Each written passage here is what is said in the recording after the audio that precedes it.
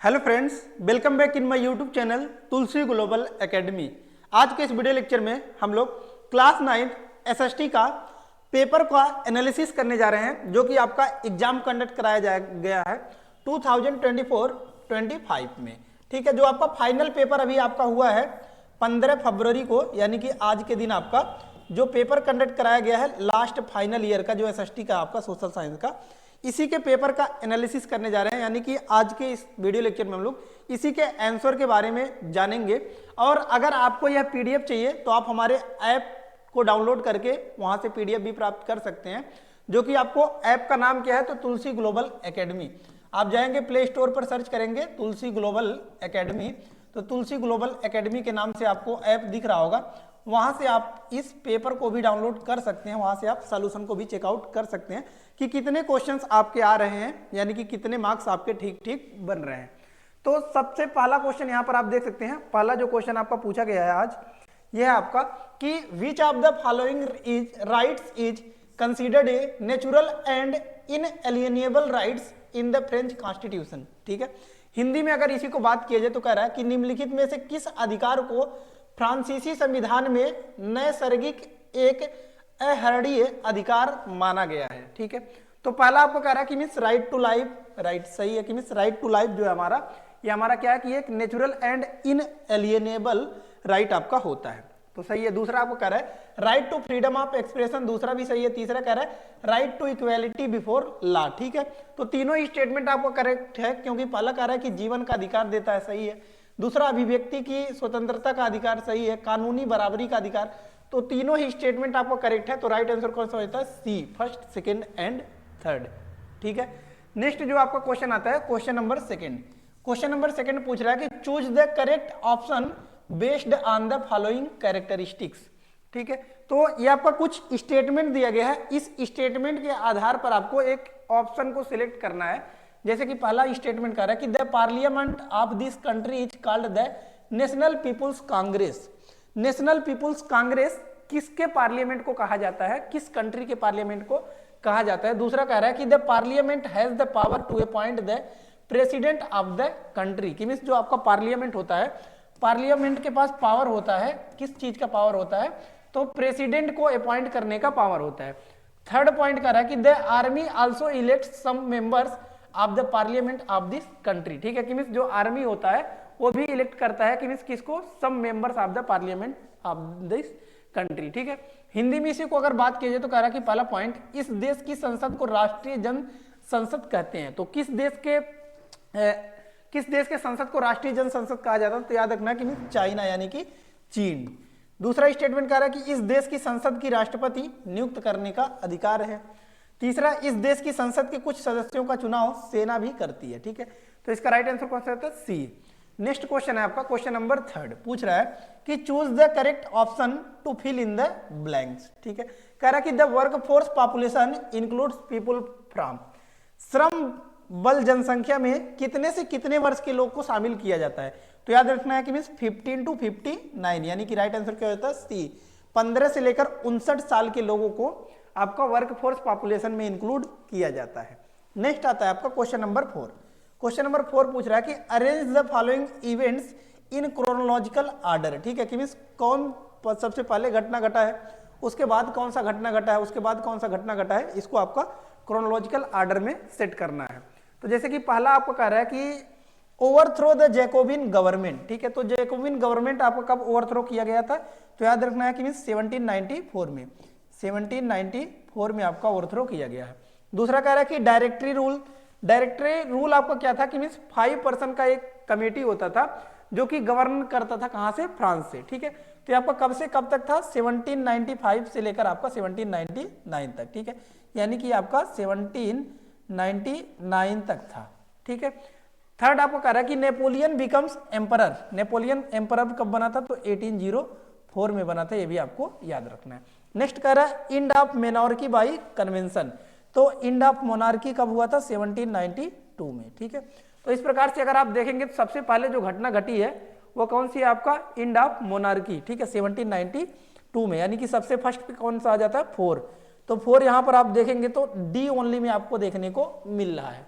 तो by elimination भी आप इस क्वेश्चन को सॉल्व कर सकते हैं। अदरवाइज ये हमने पूरा मेंशन कर दिया है, इसको भी आप लिख सकते हैं। हिंदी में भी आपका सेम यही है कि मीन्स पहला कह रहा है कि जैकोबिन सरकार की पतन, तो जैकोबिन सरकार की पतन कब हुआ था, तो याद रखना है आपका 1794 में। डायरेक्टरी का शासन आपका कब था, तो आपका 1795 से लेकर 1799 तक, ये भी आपको याद रखना है।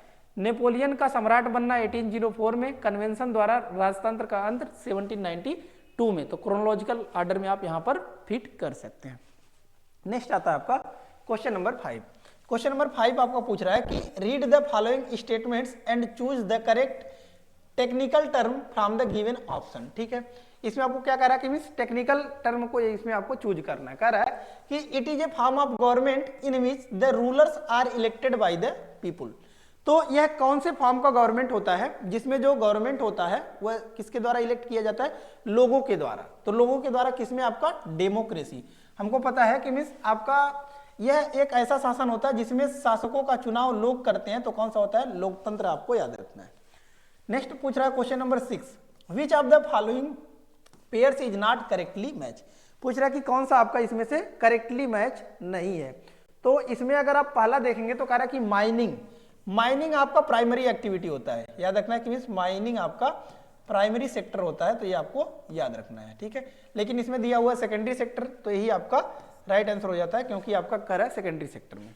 दूसरा कह रहा है कि मैन्युफैक्चरिंग किस में आता है, तो आपका सेकेंडरी सेक्टर में आता है, याद होगा। Insurance tertiary, forestry primary sector में आता है। तो तीनों ही आपका करेक्ट है, लेकिन फर्स्ट आपका इनकरेक्ट है।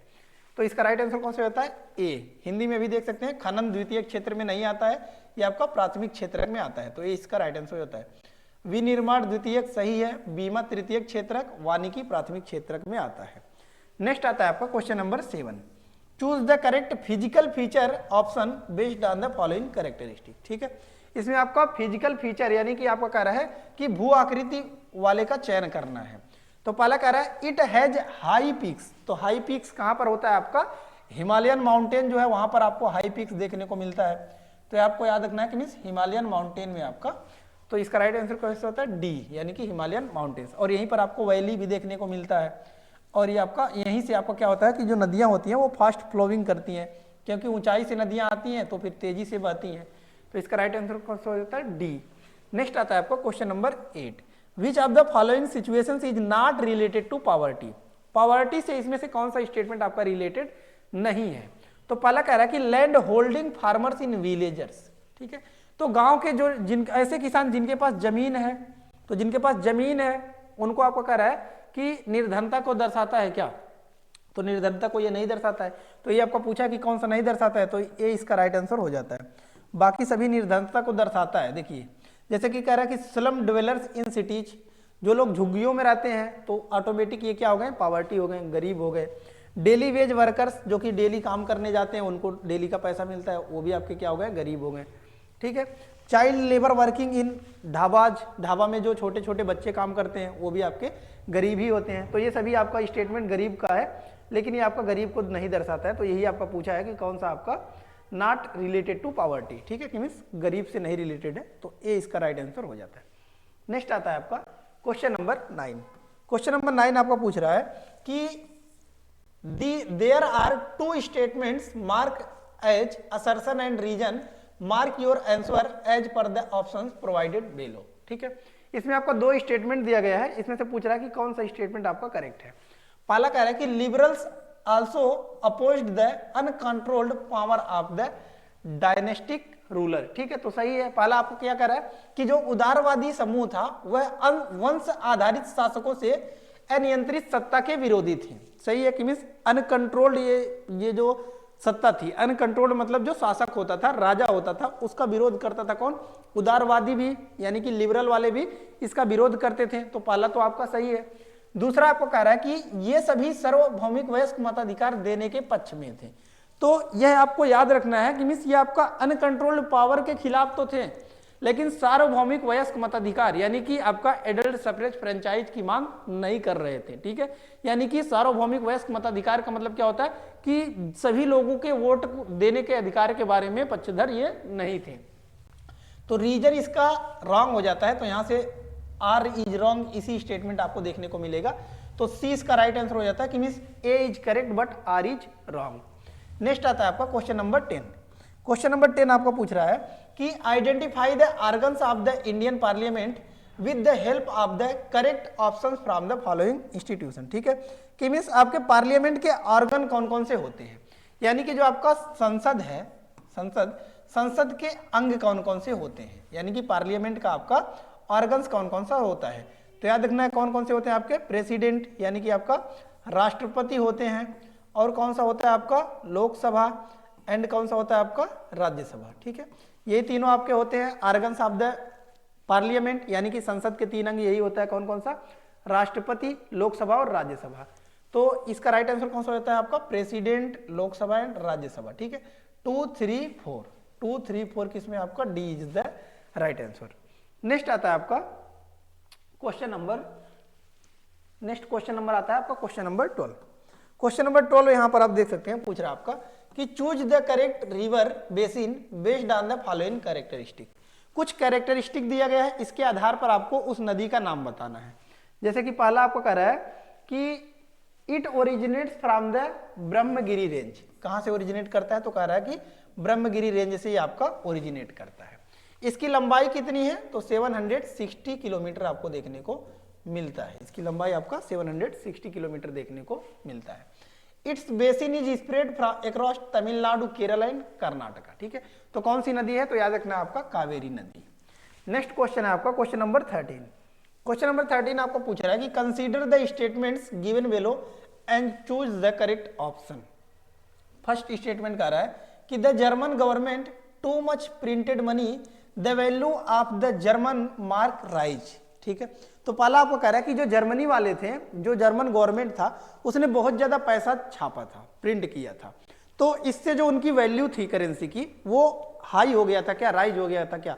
तो देखिए कहीं भी अगर हमारा अधिक मात्रा में मनी को प्रिंट किया जाता है तो जो उसकी वैल्यू होती है वो डिग्रेड हो जाती है। तो इसमें कह रहा है कि राइज होता है यानी कि बढ़ता है, तो पहला स्टेटमेंट आपको रॉन्ग हो जाता है। ठीक है, दूसरा कह रहा है कि Hitler assigned the responsibility of economic recovery to the economist Hjalmar Schacht. ठीक है, तो इसका बी इसका राइट आंसर है, क्योंकि पहला स्टेटमेंट आपका इनकरेक्ट है हमने बताया और दूसरा आपका करेक्ट है, तो राइट आंसर कौन सा होता है, बी। नेक्स्ट आता है आपका क्वेश्चन नंबर 14। क्वेश्चन नंबर 14 आपको पूछ रहा है कि there are 2 statements marked as assertion and reason, mark your answer. इसमें भी आपका 2 असर्शन और रीजन दिया गया और कह रहा है कि कौन सा स्टेटमेंट आपका करेक्ट है। तो यहां पर आप पहला स्टेटमेंट देख रहे होंगे, तो कह रहा है आपका पहला स्टेटमेंट आपको बोल रहा है कि the constituent assembly was not directly elected by the people of the country. तो पहला स्टेटमेंट आपको करेक्ट है कि मींस जो कॉन्स्टिट्यूएंट असेंबली था आपका वो डायरेक्टली लोगों के द्वारा इलेक्टेड नहीं किया गया था, तो सही है। दूसरा आपको कह रहा है at that time there was no universal adult franchise. अभी हमने बताया कि मींस उतने समय आपका कि मींस सार्वभौमिक वयस्क मताधिकार नहीं था, यानी कि आपका यूनिवर्सल एडल्ट फ्रेंचाइज उतने समय आपका नहीं था। तो इसका राइट आंसर कौन सा होता है, ए, कि बोथ स्टेटमेंट आपका करेक्ट है और इसका कारण भी सही है, यानी कि रीजन भी आपका करेक्ट है। नेक्स्ट आता है क्वेश्चन नंबर 15। क्वेश्चन नंबर 15 पूछ रहा है कि the farmers are paid a pre announced price by the government of their crops, what is this price called. ठीक है, कि मींस जो किसान होते हैं उनकी फसल के लिए सरकार द्वारा पहले से घोषित कीमतें दी जाती हैं, तो पहले से जो आपका घोषित कीमतें दी जाती हैं उसको क्या बोला जाता है, एमएसपी, यानी कि मिनिमम सपोर्ट प्राइस आपका बोला जाता है। ठीक है, न्यूनतम समर्थित मूल्य उसको बोला जाता है, तो ए इसका राइट आंसर हो जाता है। नेक्स्ट आता है question number 16। Under whose leadership did other organisations unite against the apartheid regime. ठीक है, तो कह रहा है कि निम्नलिखित में से किसके नेतृत्व में रंग भेद शासन के विरोध में अन्य संगठन एकजुट हुए। ठीक है, तो किसके विरोध में, तो याद रखना है कि मींस अफ्रीकन नेशनल कांग्रेस के। नेक्स्ट आता है question number 17। There are 2 statements, इसमें भी आपका एक असर्शन है एक रीजन है, कौन सा करेक्ट है इसमें आपको बताना है। तो पहला कह रहा है कि it is hot weather season in India from March to May, तो सही है, मार्च से लेकर मई के बीच में आपका गर्मियों का दिन होता है, सही है। दूसरा कह रहा है कि due to the apparent northward movement of the sun the global heat belt shift towards northward, तो दूसरा स्टेटमेंट भी आपका करेक्ट है। ठीक है, क्योंकि हमारा क्या होता है कि मीन्स गर्मियों के दिनों में मार्च से मई के महीने में क्या होता है कि जो पृथ्वी होती है वह सन की तरफ हो जाती है, नॉर्थ की तरफ शिफ्ट हो जाता है, जिसकी वजह से हमारा क्या होता है कि मीन्स यहाँ पर आपको गर्मी देखने को मिलता है, अपरेंट मूवमेंट ऑफ द सन। ठीक है कि मीन्स आपका ये आपका क्या होता है कि मीन्स जो आपका पृथ्वी है यह सन की तरफ थोड़ा सा टिल्टेड हो जाती है, नॉर्थवर्ड साइड्स में शिफ्ट हो जाती है, जिसकी वजह से आपको गर्मी देखने को मिलता है। तो ये इसका राइट आंसर हो जाता है। नेक्स्ट आता है question number 18। For Lok Sabha elections the country has been divided into how many constituencies. ठीक है कि मीन्स कंट्री आपका जो है वो लोकसभा इलेक्शन के लिए कितने कॉन्स्टिट्यूएंसीज में डिवाइडेड है, तो याद रखना है 543 कॉन्स्टिट्यूएंसीज में आपका डिवाइडेड है। नेक्स्ट आता है क्वेश्चन नंबर 19। इसमें आपको फिल इन द ब्लैंक्स दिया गया है, कह रहा है कि they intervened and bailed Germany out of the crisis. ठीक है कि मीन्स जर्मनी को आर्थिक संकट से निकालने के लिए किसने हस्तक्षेप किया था, तो याद रखना अमेरिकी सरकार ने। ठीक है इसका राइट आंसर क्या हो जाता है, अमेरिकन गवर्नमेंट। नेक्स्ट आता है क्वेश्चन नंबर 20।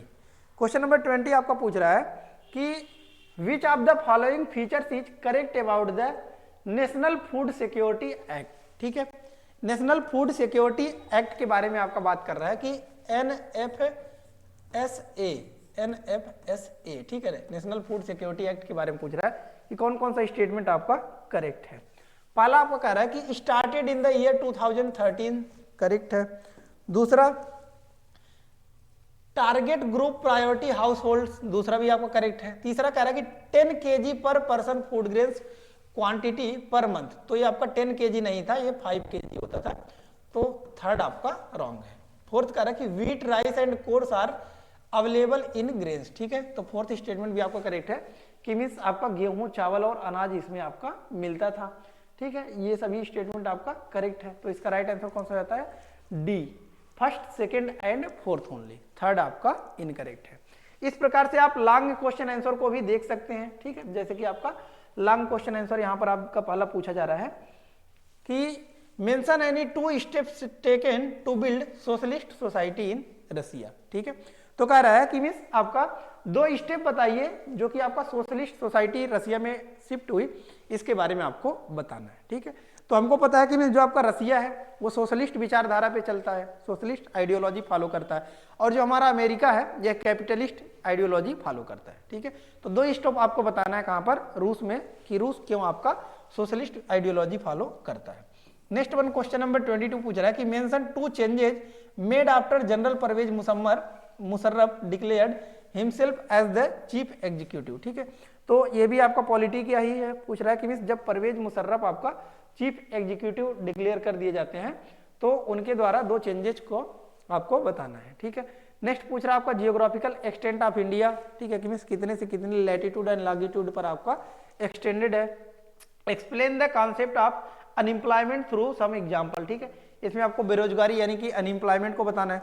तो इस प्रकार से आप इसका PDF भी डाउनलोड कर सकते हैं आप हमारे ऑफिशियल ऐप तुलसी ग्लोबल एकेडमी से जाकर, वहां पर आप इसका PDF भी प्राप्त कर सकते हैं। तो इस प्रकार से हमने टोटल MCQ को सॉल्व कर दिया और आप जाकर थ्योरी को भी सॉल्व कर सकते हैं। तो मिलते हैं नेक्स्ट वीडियो में नेक्स्ट लेक्चर के साथ, तब तक के लिए धन्यवाद, जय हिंद।